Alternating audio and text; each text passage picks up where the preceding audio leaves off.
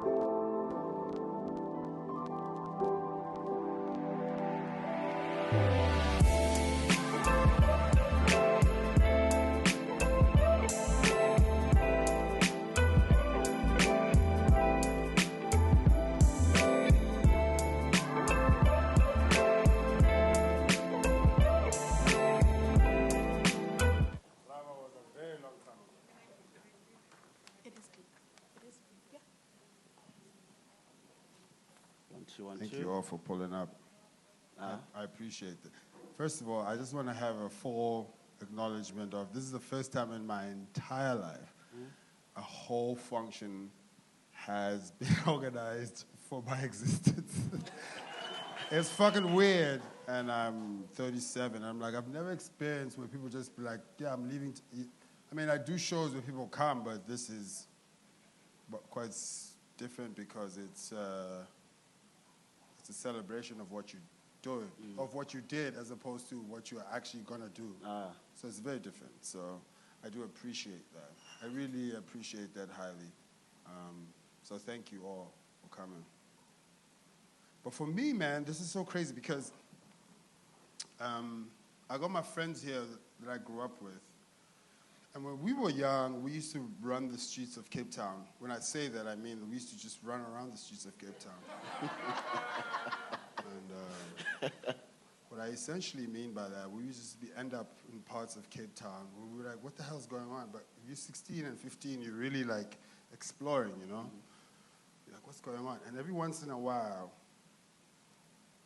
would walk past a building, and in the building there'll be lights, there'll be a DJ, but you were too young to enter the building, or you didn't know what was going on, but you'd be like, what the fuck is going on over there? And it would be an amazing thing for me. Like, and so when I sit here, I think there's like a 15-year-old walking past, and he sees the lights, he's gonna hear the DJ, and he's going, what the fuck? So I've become the guy that I used to wonder about in high school. Yeah. And yeah, so it's but for me, it's because I shot the special in Cape Town, and I started doing stand-up in Cape Town. It's very pertinent to my life. Sorry, guys, this is a very emotional moment, so you have to go through the phases of it. I started doing stand-up 20 years ago. I was 17 years old, and I had a drama teacher who just saw something in me. He was like, yo, just fucking do this thing. I said, I don't give a fuck. I want to play for Orlando Pirates. That was my shit. I didn't care. And this is true because I used to play football at my school. And people think because I'm 6'5", I don't know how to play football. I have a great football brain. And so this dude said to me, he's like, yo, I can see the way you think and you play. And he said to me, Hellenic is having these trials. You got to go trial. I think you can make it. They're looking for midfielders your height. I was excited. I told my friends who were in the neighborhood at the time, and they laughed. I never went to the trials. Oh. You know? I mean, fuck football. I don't care about it that much. But I'm saying that... I'm just saying that, you know, that was quite a life-changing moment for me because I was like, oh, shit. And I wasn't a cool kid at school, so it was weird.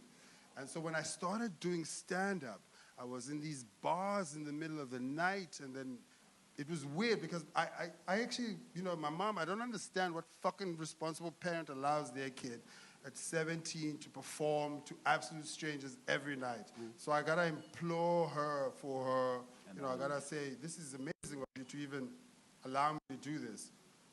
But what I got from that was this sense of belonging, number one, and it manifested itself in school, right? Like, for instance, I'll be like, you know, in school, they'll be like, oh, you're not cool. But you're like, bro, where they drink beer all the time, they think I'm cool. And it was crazy. And Kaya knows.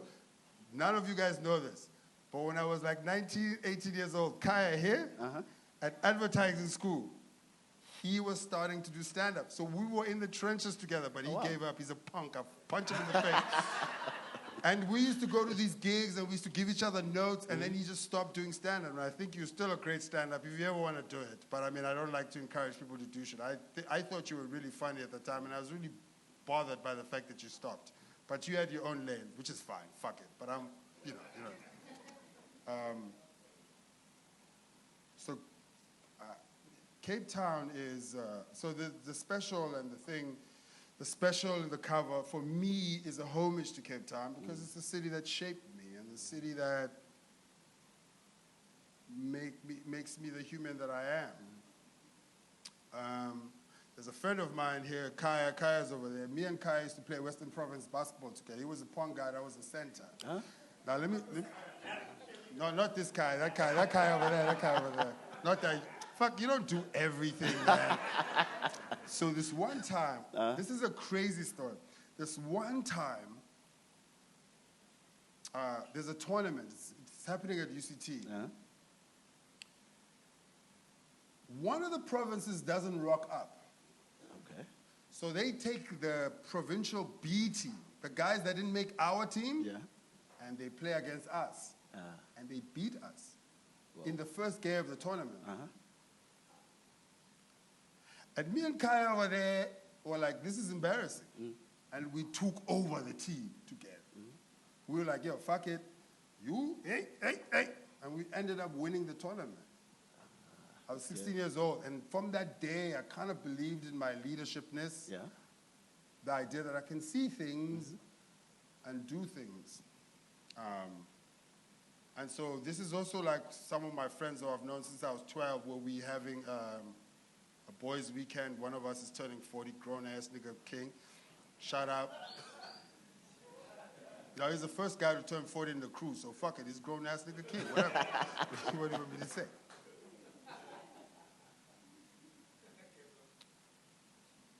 When I first met King, I was meeting another, sorry guys, I'm a bit long. I met him. He'll tell you the story. If you talk to him, King Uvam Fit. Sha. If you meet King, this is a true story. So we had Zolile over there. Zolile was working in Joburg as friends. I've known him since I was 10. He says to me, yo, fuck school, fuck university, fuck all this. Come to Joburg, let's do this thing. I say, okay, cool. I've been doing stand-up for 2 years then. So I get to Joburg. So you're 19 by then. Guys, who remembers Nationwide? I flew nationwide. The day I finished my matric exams. I was done with Cape Town. I was like, yo, fuck this city, I'm moving. I got to Pretoria, where Zolile was staying. Zolile had a job. And Zolile said, yo, man, I'm not going to be here for the day I'm working. Go talk to my friend. Your friends are my friends, man. Go knock. This is the number. Just tell him you're my friend. I said, what the fuck you mean? He says, yo, if he's your friend, he's my friend. I knocked. Said, yo, who are you? I said, I'm Lloyd. Who the fuck is Lloyd? I'm Zolile's friend. Okay. That means I'm your friend. The guy comes down the stairs. We sit. He looks at me. He says, what are you doing in Joburg? I said, this is my first words to him. First words. Hey, is his 40. birthday today? I said to him, I'm here for stand-up comedy. I'm going to be the biggest one. I'm at it. So I'm really like happy and humbled. Only humbled because I've been doing this shit for 20 years. It's 20 fucking years, man. It really is particularly humbling because none of this shit is owed to me. None of it is owed to me, you know? None of the covers is owed to me. None of the Netflix specials are owed to me. It's not owed to me, so it's humbling. So I listened to a lot of rap when I was growing up. When I listened to rap is a very arrogant art form.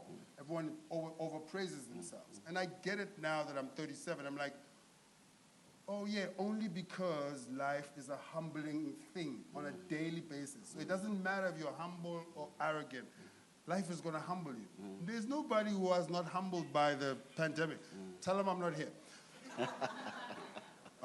So I just want to say thank you to everyone who pulled up. I don't know what to say for this kind of stuff. Maybe on my 7th cover, I'll know what the fuck to say. But for the first one, I'm going to say all the pertinent things. I'm going to say thank you all for coming. I'm going to say I put a lot of work in the special. The thing about the special that's first of all, thank you to you for trusting me with your first cover. Thank you.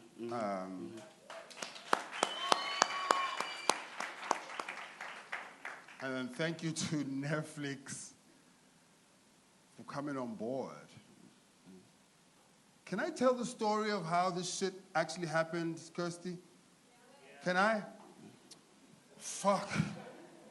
So I had this manager. I gotta go. What?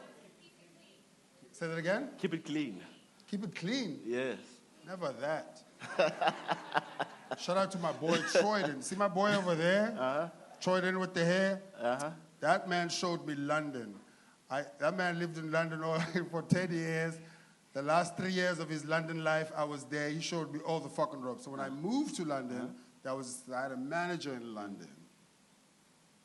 Natalie Lauren Mark. The best, she was incredible. And we were doing a lot of stuff together.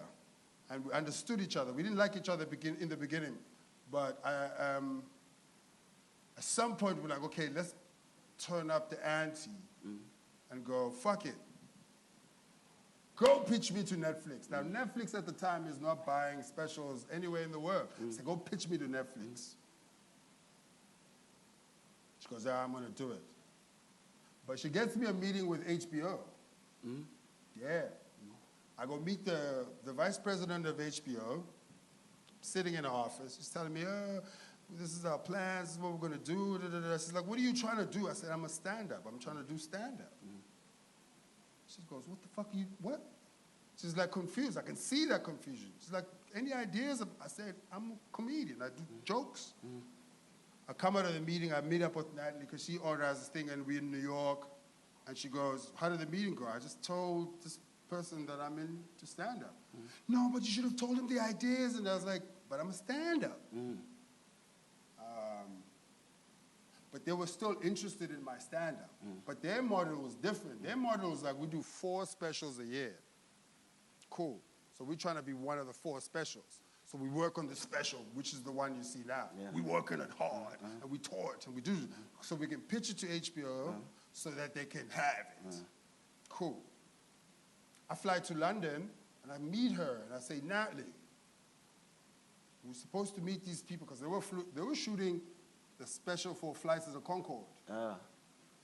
And they were going to be in London. At the same time. At the same time. So I said, we're going to meet them there. You know, but Natalie's not talking about this meeting. So I said, I'm not going to bring it up. I'm going to land in London, and I'm just going to be like, yo, fuck. Let's go. The fuck.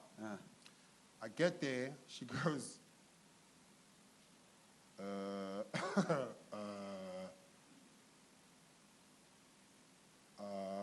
not going to manage you anymore. I said, what the fuck? Dude, I'm livid. I'm livid. Livid. You're livid. Upset, my nigga. She says, I went to Netflix and I pitched you. But instead of accepting your idea, they offered me a job.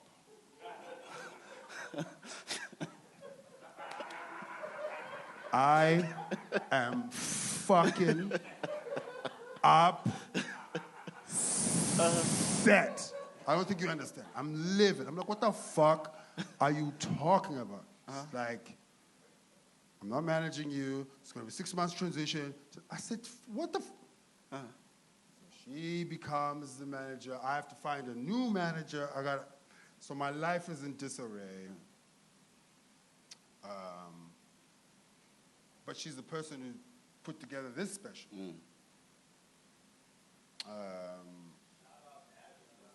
I say this to say this. Life is a highly serendipitous thing. When I was in grade 11, guys, I can talk me. When I was in grade 11, I repeated the grade. It was humiliating. This is horrible. It's a horrible feeling. I didn't deserve to go to the next grade. I was caught copying twice.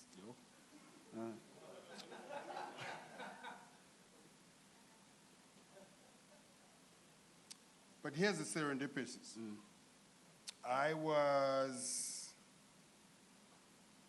Had I finished a year earlier,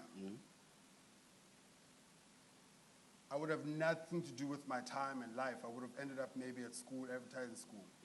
But that delay of a year, when I finished school, what was available for me was the Pure Monatisha. Yeah, okay. So I say that to go, be very cognizant of the serendipitous moments in your life. We would have never shot this shit here. It would have never looked the way it looked had we not had COVID. Everything is helping you. Everything. Everything. Your path, you say, GPS, where am I going? Sometimes you go past Vereeniging. Sometimes you go past Worcester. Sometimes, but the GPS knows where you're going. Just trust it. So in all these moments, I was really freaked out. But it all led us to this moment. I hope I was clear. Yes, you were. Thank you. Yes, you were. Oi. Thank you. All right, so thank you. That was absolutely beautiful. And I think it gives a lot of Please context. don't say it's beautiful if it wasn't. Look, What? I'm getting there. Oh, okay. Allow me, give me this moment. So coming into this was quite scary because you are who you are. GQ is who GQ is. Netflix is who Netflix is. And I'm the incoming. So when you sit there and you allow everyone in this room to journey with you to how you got here, you talk to a couple of things that are really important, I think, to everyone in this room. Inclusivity, shared creativity, and spaces that hold for us to create. Yeah. Right? And this space right here, it has held for you to share what you've created. And in doing so, it gives us the enlightenment, the encouragement, the sass to go and do exactly the same. It's bigger than that. It's a moment that's bigger than you, that's bigger than Mulife, that's bigger than me, that's bigger than anyone that's experiencing this right now here with us. And it is with that said that I'd like the two of you to take a walk and reveal what we're here to see. Yes, yes. Oh, I'm so scared. That's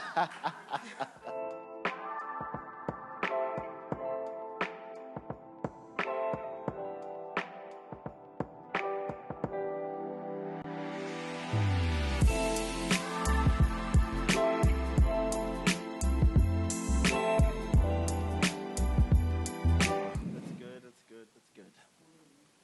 You're on that side. Oh, my God. And we put this together in a few weeks. Boogie, I was with Boogie on the phone consistently. Don't ever sleep on Boogie. Yeah. No, you can't sleep on Boogie. Yo, shout out to Boogie. Boogie don't fuck around, Yes, son. yes. Are you ready? Are you ready? Am I ready? Yes. Ooh, dude, listen, man. If any of you people slip in my tears, I'm sorry, man. This is like a very teary bucket list moment. Go, fuck off. Come on. And ladies and gentlemen, the March-April cover of GQ. There it goes.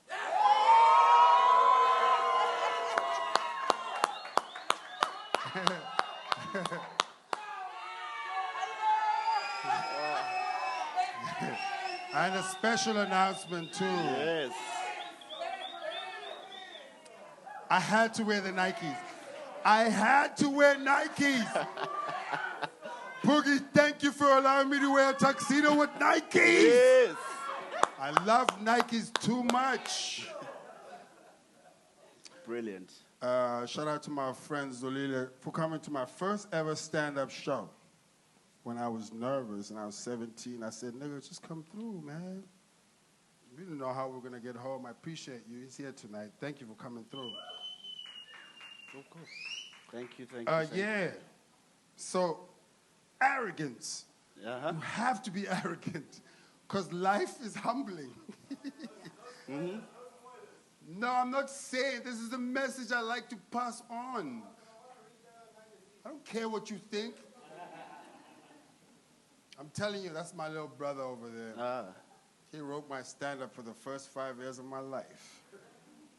He was a writer. He used to write for me in high school. He used to just be like, yo, what are you people doing there in Standard 9? He just write stuff for me. I'd be like, oh, shit, for real? This shit funny. This shit funny. If I do some of that stuff now, it's weird. Shout out to...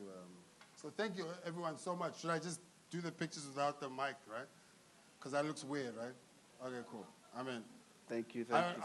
Guys, I don't know what, I have no idea what the implications of this and that. This is the first time. So please be at peace with me. I might faint, I might throw up, I might shit myself. You never know. So thank you. Thank you. All right. God damn it. Drinks are on the house. I think the DJ can play a little bit while we're taking pictures and you give it to me. All right, guys. So you can use this time to fill up your glasses because when we come back, we are going to take a look at the trailer of Unlearning. Right? This is so cool. What? This is so cool. But Oh, you want to do that before? Yes, please.